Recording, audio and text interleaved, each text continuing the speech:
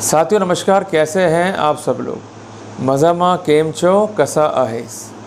साथियों, आज की क्लास में हम एक महत्वपूर्ण टॉपिक पर चर्चा करेंगे कि अगर वाइफ हस्बैंड को डिफेम करती है पब्लिकली, खासकर सोशल मीडिया पे, तो वहाँ पर हस्बैंड के पास क्या रेमेडी कानून में जो है उपलब्ध है। क्या हस्बैंड क्रिमिनल केस दाखिल कर सकता है? क्या हस्बैंड वाइफ को रोकने के लिए कोई इंजंक्शन फाइल कर सकता है? क्या हस्बैंड पुलिस केस कर सकता है? क्या हस्बैंड इस बेसिस पर डिवोर्स क्लेम कर सकता है? ये सब आज के डिस्कस के महत्वपूर्ण बिंदु हैं, जिस पर हम स्टेप बाय स्टेप जो है डिस्कस करने जा रहे हैं। तो सारे पॉइंट जो है महत्वपूर्ण हैं, आप एक एक पॉइंट को जो है नोट डाउन करते हुए चलिए, ताकि हमें कोई भी दिक्कत जो है वहाँ पर नहीं आए। और ये लाइव सेशन जो मैं कर रहा हूँ ये काफ़ी इंपॉर्टेंट है इस तरह के पर्सपेक्टिव के अंदर। साथियों, पति और पत्नी का जो रिश्ता है ये एक पवित्र रिश्ता है, और जब भी इस रिश्ते में दरार आएगी और पत्नी पीछे जाके बैठ जाएगी, तो अमूमन ऐसा होता है कि पत्नी को मनाया जाए और पत्नी लौटने को जो है वो तैयार हो जाती है। पर अगर वो पत्नी ही संस्कार विहीन है और उसकी जड़ों में कोई गुण नहीं है, तो निश्चित तौर पर वो पीछे बैठकर आपको एक्सटॉर्ट करेगी। उसकी कई मंशाएं आपको जो है देखने को मिलेगी कि घर से अलग हो जाओ, उसके नाम सिक्योरिटी कर दो, और उसके पेरेंट भी उसका साथ देंगे। जब आप ये स्थितियाँ नहीं मानोगे या तलाक के लिए राजी नहीं होगे या लमसम एक बड़ा अमाउंट उसको नहीं दोगे, तो वो करती क्या है आजकल कि सोशल मीडिया पे जाकर आपको डिफेम करना शुरू करती है, जिसके 4 महत्वपूर्ण रास्ते हैं।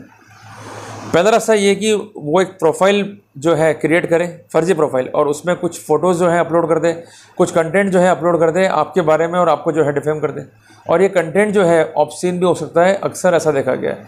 क्योंकि महिलाओं के दिमाग में क्या गंदगी घुसी हुई है कि मेरे पति के अवैध संबंध अगर मैं स्थापित कर दूंगी कोर्ट में, तो ऐसी स्थिति में मेरी जीत निश्चित है। खर्चा मुझे इस बार दुगना नहीं चौगुना मिलेगा, बट मुझे कुछ ट्रिकीज़ जो है प्ले करना पड़ेगा। तो उन ट्रिकों में एक ट्रिक ये भी है कि हस्बैंड की जो इंटीग्रिटी है उसको डाउटफुल कर दो। कोर्ट से कहो कि मैं तो अपना नारी हूँ, और ये बंदा जगह जगह जाकर मुंह मार रहा है, जगह जगह जाकर ये कई महिलाओं के साथ अवैध संबंध रखा हुआ है, और इसने मेरे साथ कई लड़कियों की ज़िंदगी जो है ख़राब कर रखी है। भाई आरोप तो हैं, लगा दो, क्या फ़र्क पड़ता है।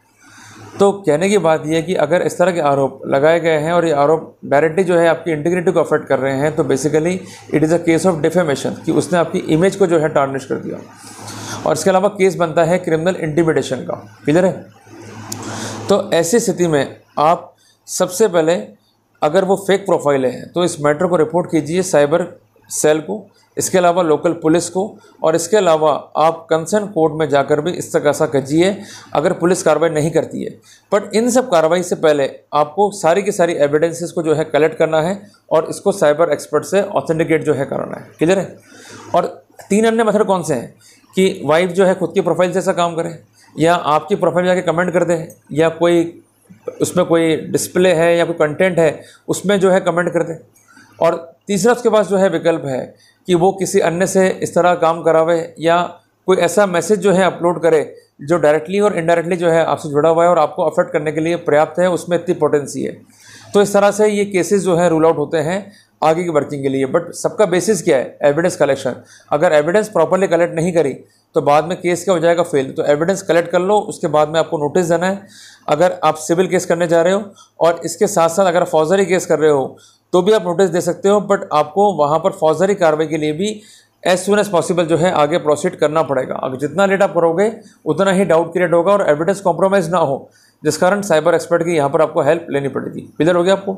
ये तो है गाड़ी का पार्ट नंबर 1 कि अगर वाइफ ऐसा कर रही तो हम क्या करें। और इसके अलावा आप एक बात ध्यान रखिएगा कि वाइफ को रोकने के लिए आप सिविल कोर्ट में जाकर इंजंक्शन भी क्लेम कर सकते हैं, और अगर वो माना नहीं है तो वहाँ पर आप डैमेजेस या मुआवजा भी जो है क्लेम कर सकते हैं। और ऐसे कई मैटर हैं कि जहाँ पर लोगों ने गलत सलत ट्वीट करे, किसी व्यक्ति को टारगेट किया, और उस व्यक्ति पर जो है सिविल कानून के तहत जो है कार्रवाई चली, सिविल डिफेमेशन की, और अल्टीमेटली उसको भारी भरकम मुआवजा जो है पे करना पड़ा। क्लियर हो गया? तो हमको आज ये मालूम पड़ गया शुरू के पार्ट में कि अगर वाइफ गलत सलत कमेंट करती है तो वहाँ पर कानूनन क्या रेमेडी अवेलेबल है, कि हम पुलिस के पास कब जाएँ, और इसके अलावा हम सिविल कोर्ट में कब जाएँ, और हम क्रिमिनल कोर्ट में जो है कब जाएँ। और एक बात ये ध्यान रखिएगा कि 66D IT में जो ऑफेंसेस हैं वो कॉग्निजेबल हैं, तो पुलिस को वहाँ पर FIR दर्ज करनी पड़ेगी। और पुलिस अगर FIR नहीं काटती है तो वहाँ पर आप कोर्ट के आदेश से जो है FIR के ऑर्डर जो है प्राप्त कर सकते हैं। क्लियर हो गया आपको? अब आती है डिवोर्स की बात। क्या हम इस बेसिस पर डिवोर्स फाइल कर सकते हैं? नहीं। जिसका उत्तर दिया है ऑनरेबल हाईकोर्ट ने एक महत्वपूर्ण जजमेंट में, जिसका नाम है डी नरसिम्हा बनाम Shrimati D Anita, 2024 live law, page number 107, इसका जो है साइटेशन है और तेलंगाना हाईकोर्ट का ये फैसला है। क्लियर हो गया आपको? इसमें वाइफ पर यह आरोप था कि वाइफ ने हस्बैंड को डिफेम करने के लिए कुछ पोस्ट जो हैं जिसमें अनर्गल आरोप थे उसको फेसबुक पे जो है और इंस्टाग्राम पे जो है अपलोड किया ताकि हस्बैंड का जो है डिफेमेशन हो सके। फैक्ट्स क्या थे इस केस के कि शादी हुई 2010 में और कुछ दिन बाद शादी के ही इनको साथ रहने में जो है प्रैक्टिकल डिफ़िकल्टियाँ महसूस होने लगी। ये लोग अलग हो गए और इन द मीनवाइल जो है वाइफ ने बच्चे को जन्म दिया और उसने एक रिपोर्ट भी जो है दर्ज करा दी। हस्बैंड ने भी जो है केस फाइल कर दिया डिवोर्स का। तो वाइफ ने क्या करा, काउंटर केसेस और फाइल कर दिए। हस्बैंड का कहना यह था कि जो वाइफ का कंडक्ट है उससे मुझे क्रूरल्टी जो है कॉज हुई है, इससे मुझे बदनाम करने के लिए कई पर्पज जो है अडॉप्ट करें। पर्पज नंबर 1, सबसे पहली बात कि इसने लंबे टाइम से मेरा डेजर्शन, मेरा परित्याग कर रखा है और जब लंबे टाइम से परित्याग है तो वहाँ पर साथ रहने की कोई स्थिति नहीं है। तो वहाँ पर ऐसे अनेकों ही जजमेंट है कि अगर पत्नी लंबे समय से अलग रह रही है, उनके बीच कोई इंटरकोर्स रिज्यूम नहीं हुआ है, भविष्य में साथ रहने की स्थिति नहीं है, तो वहाँ पर हस्बैंड जो है इस बेसिस पर डिवोर्स जो है ले सकता है। दूसरा कहना यह था कि वाइफ जो है शादी के कुछ दिन तक ही साथ में रही और उसके बाद जो है हम अलग अलग हो गए, जिस कारण अब हमारे बीच साथ रहने की कोई पॉसिबिलिटी नहीं है। तीसरा कहना कि इसने मेरे साथ जो है क्रूर व्यवहार किया, मुझे डिफेम किया पब्लिकली और मेरे खिलाफ कई पोस्ट जो है करी। और इसका कहना यह था कि जब कोई पोस्ट किसी व्यक्ति को टारगेट करते हुए की जा रही है उसमें आरोप जो है अनर्गल है और इसके अलावा अनैतिक संबंधों का भी आरोप लगाया जा रहा है, तो यहाँ पर यह एक सीवियर क्रूरल्टी है। इस बेसिस पर हस्बैंड जो है वो डिग्री ऑफ डिवोर्स जो है वो ले सकता है। इन्होंने अपने आर्गूमेंट के सपोर्ट में कुछ जजमेंट्स को जो है रिलाई किया। जजमेंट था विनीता सक्सेना बनाम पंकज का, दूसरा है समर घोष बनाम जया घोष का, तीसरा है के श्रीनिवास राव बनाम डी.ए. दीपा का। इन सब केसेस में ये महत्वपूर्ण बात यह है कि अगर वाइफ लंबे टाइम से अलग रह रही है, वाइफ के आरोप जो है डिफेमेटरी है और वाइफ हर कीमत पर हस्बैंड को जो है परेशान करना चाहती है, तो वहाँ पर हस्बैंड जो है डिवोर्स की डिग्री के लिए अप्लाई कर सकता है। वाइफ का कहना वही था कि मुझे हस्बैंड ने मारा पीटा, घर से बाहर निकाल दिया, मुझे हैरेस करा, ह्यूमिलेट करा। बट पॉइंट ये है कि अगर हस्बैंड ने जो कुछ भी करा, आपके पास रेमेडी क्या है कि आप कंसर्न थाने पर जाएं, कोर्ट में जाएं, अनुतोष लें, बट पब्लिकली आप हस्बैंड को डिफेम नहीं कर सकती हैं, उसके ऑफिस में गलत सलत मैसेज जो है आप कन्वे नहीं कर सकती हैं और इसके अलावा हस्बैंड पर ऐसा कोई आरोप नहीं लगा सकती जो अनफाउंडेड है। अगर आरोप भी हैं तो आप कोर्ट में बताइए और उसके एविडेंस जो है पेश कीजिए और उन एविडेंस पर कोर्ट जो है फैसला करेगा। आप कानून अपने हाथ में लेकर हस्बैंड को जो है डिफेम नहीं कर सकते।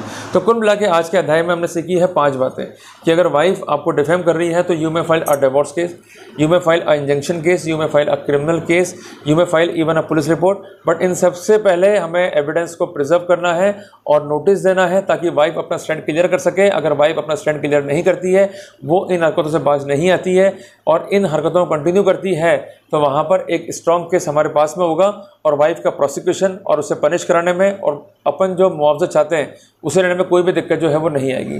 बट यहाँ मैं एंड करने से पहले एक बात कहना चाहूँगा। कुछ लोग कहते हैं बार बार कि कुछ नहीं होता है जी, इंडियन कोर्ट्स हैं, कुछ सफलता नहीं मिलेगी, तो ये सब आपके दिमाग के वहम है। अगर आपका वर्कआउट प्रॉपर है, आप तरीके से काम कर रहे हो, सफलता मिल जाएगी। अगर तरीके गलत है, गलत सलत काम करोगे और फंड्स के इशू में मेन आपका वकील अच्छा नहीं है, उसको लीगल नॉलेज नहीं है, आपको लीगल नॉलेज नहीं है, तो फिर आप केस को मत लड़ो मेहरबानी करके, क्योंकि गलत तरीके से लड़ते हो दिक्कत मेन साइड के लिए होती है। प्रॉब्लम क्या होती है कि आपने गलत ऑर्डर जो है कोर्ट से ले लिया या गलत प्लीडिंग्स जो है आपने कर दी, तो नुकसान उन लोगों का होता है जो लड़ने जा रहे हैं, लड़ने के लिए तैयार हैं। तो इसलिए मेहरबानी करके इकोनॉमिकली जो है शेल्टर हैं, सफिशेंट आपके पास इनकम नहीं है और आप वाइफ का खर्चा नहीं उठा सकते हैं, भविष्य में समस्या आपके विरुद्ध आ गई, यहाँ पर वाइफ ने कोर्ट केस कर दिया, तो आप अच्छा वकील अफोर्ड करने की स्थिति में नहीं है, तो शादी मत करो मेहरबानी करके। शादी कर लोगे, वाइफ तो पाल नहीं पाओगे, फिर वो केस ठोक देगी आपके ऊपर, तो उल्टा इधर उधर भागते रहोगे, फ्री में जो हेल्प मांगते रहोगे, तो कोई आपकी हेल्प फ्री में नहीं करेगा। और जब हेल्प फ्री में नहीं होगी तो गलत सलत वकील बुक करके हमारी जो है आप ऐसी की तैसे करा दोगे। तो मेहरबानी करके आप अगर सक्षम नहीं हो शादी मत करो, और जो लोग सक्षम हैं वो अपने केस की पूरी स्टडी कर लें और स्टडी करने के बाद ही जो है आगे बढ़ें और प्रॉपर तरीके से केस को रखें, रिप्रेजेंट करें, और आप खुद भी अपनी पैरवी कर सकते हो। एक बात मैं स्पष्ट इसलिए करना चाह रहा हूँ क्योंकि धारा 32 एडवोकेट एक्ट आपको ये अधिकार देता है। तो कुल मिला के ये जानकारी बहुत महत्वपूर्ण है जो मैंने आपको बताई है। अगर जानकारियाँ आपको होंगी तो अपने मामले को आप लड़ पाओगे, नहीं होंगी तो कंटेस्ट तो वैसे भी नहीं कर पाओगे। तो साथियों, उम्मीद करता हूँ कि आज का क्लास आपको लाभान्वित करेगा। अगर टॉपिक आपको अच्छा लगा, समझ में आया, तो इस क्लास लेक्चर को जो है शेयर कीजिएगा। जल्दी मिलते हैं एक नए टॉपिक के साथ। टिल देन, जय हिंद, जय भारत।